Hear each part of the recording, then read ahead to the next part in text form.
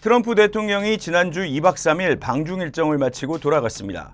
이미 수많은 언론들이 방중 성과와 한계에 대해 짚었는데 트럼프 대통령이 중국에 도착하는 첫날부터 인상 깊었던 장면들을 중심으로 의미를 담아 얘기해 보려고 합니다.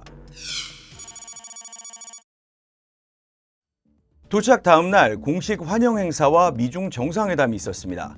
회담 장소인 인민대회당에 도착한 트럼프 대통령을 시 주석이 계단 앞까지 마중 나왔습니다.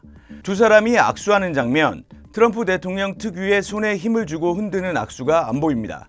기선제압을 하는 이전의 악수 모습이 아니죠. 또 하나, 두 사람의 키 차이가 얼마 안 나 보입니다. 트럼프 대통령의 키는 192cm로 알려져 있습니다. 시진핑 주석은 젊었을 때는 180cm였는데 지금은 조금 줄어들었다는 얘기가 있습니다. 그런데 의장대 사열할 때 모습을 보면 두 사람의 키 차이가 얼마 안 나는 것처럼 보입니다. 그래서 시 주석이 다소 높은 굽에 구두를 신었다는 얘기가 나오고 있습니다. 중국 SNS에서는 시 주석의 키는 얼마냐? 2m 20cm가 넘는 중국 농구 스타 야오밍과 만나도 키가 비슷해 보이게 만들 거라는 얘기도 나옵니다.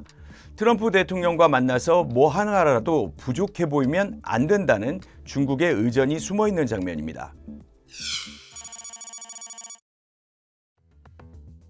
이번 방중의 하이라이트인 정상회담입니다.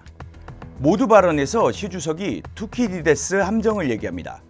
고대 그리스에서 스파르타가 떠오르는 신흥 강국 아테네를 의식하고 견제하다가 결국 펠레포네소스 전쟁이 났고 이후 역사에서 항상 기존 패권국이 신흥 강국의 부상을 두려워해 전쟁을 일으킨다는 논리가 투키디데스의 함정이죠. 中美两国能不能跨越所谓的修昔底德陷阱，开创大国关系的新范式，这些可以说是历史之问，世界之问。 이걸 시 주석이 모두 발언에서 언급하면서 시작부터 묘한 분위기가 조성됐는데 아니나 다를까 비공식 회담에서 타이완 문제를 직접 언급하며 미국에 경고를 날렸습니다.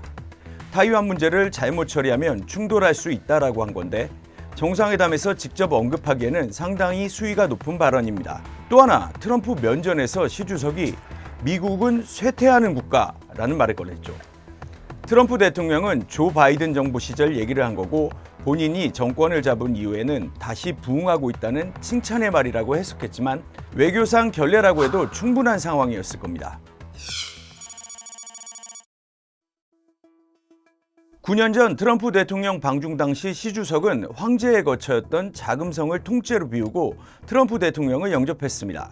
물론 텐탄 공원 역시 황제가 하늘에 제사를 지내던 황제의 공간이지만 격이 낮아지는 건 부인할 수 없습니다.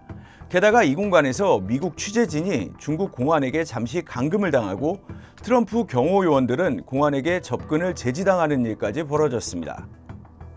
The main concern now is that the security of our side do not allow you, sir, leave Okay, this. they are literally waiting. We gotta move. We gotta go, guys. Okay, no, we gotta go.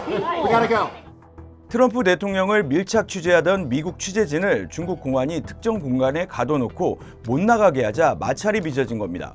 물리적 충돌까지는 없었지만 과거 문재인 전 대통령 방중 당시 중국 공안에게 한국 취재진이 폭행을 당했던 장면이 떠오르는 건 저만이 아닐 겁니다. 게다가 트럼프 경호 요원들도 총을 소지했다는 이유로 두 정상에게 접근하지 못하게 했습니다.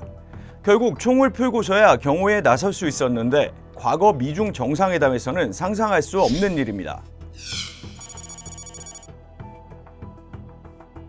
공식 만찬에서도 참석 인물들의 면면이 중요합니다.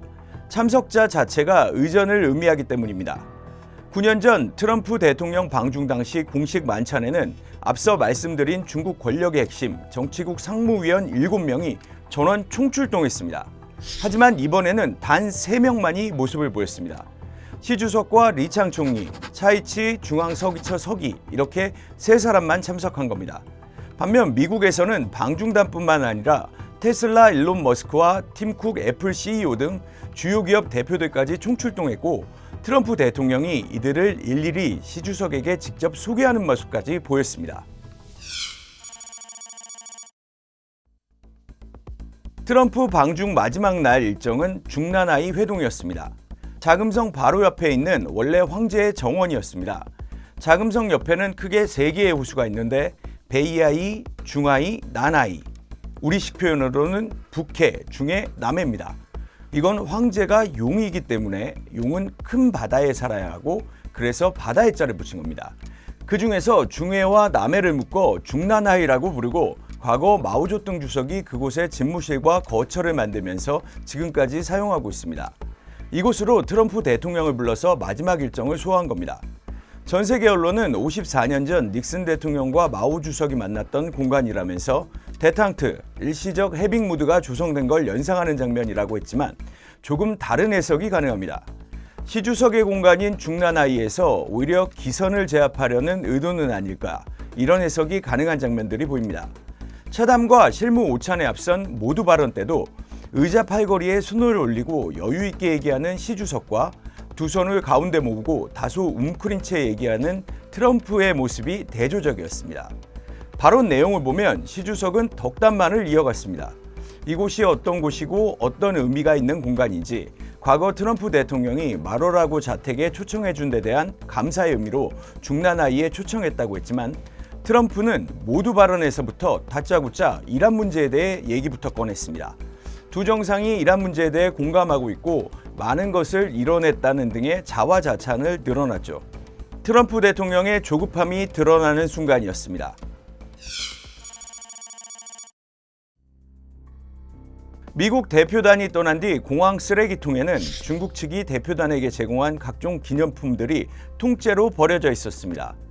이번 회담에서 미국이 중국으로부터 얻어갈 게 그만큼 없었다는 상징처럼 보이기도 합니다. 실제로 이번 미중 정상회담을 정리해보면 먼저 경제적으로는 얻은 게 뭘까 생각이 드는데 양국 무역전쟁의 핵심인 관세 문제 제대로 논의된 게 없습니다.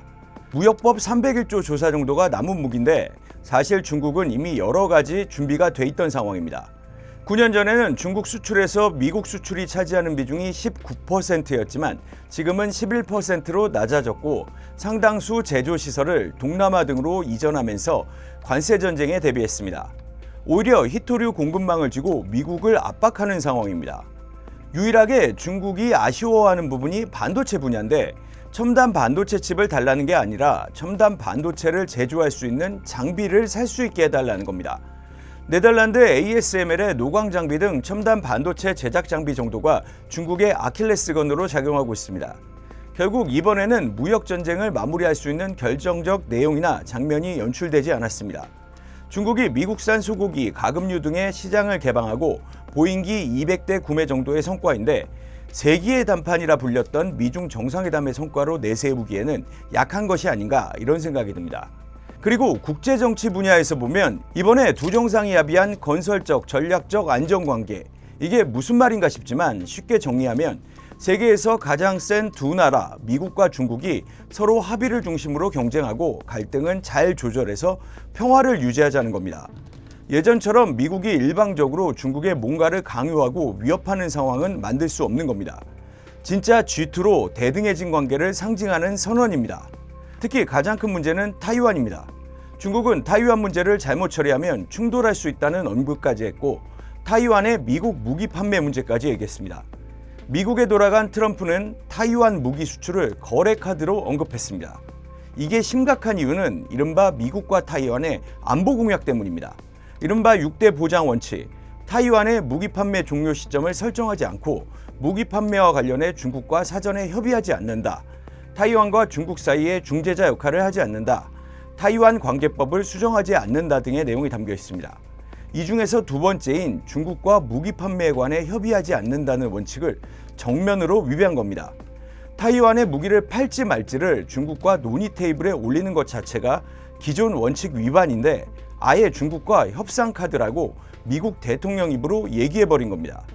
타이완 입장에서는 속이 타들어가고 중국 입장에서는 쾌재를 부를 내용입니다. 이제 진짜 글로벌 양강 시대가 도래한 것 같다는 생각이 드는데 앞으로 세계 정세 더욱 주의 깊게 지켜봐야 할 것 같습니다.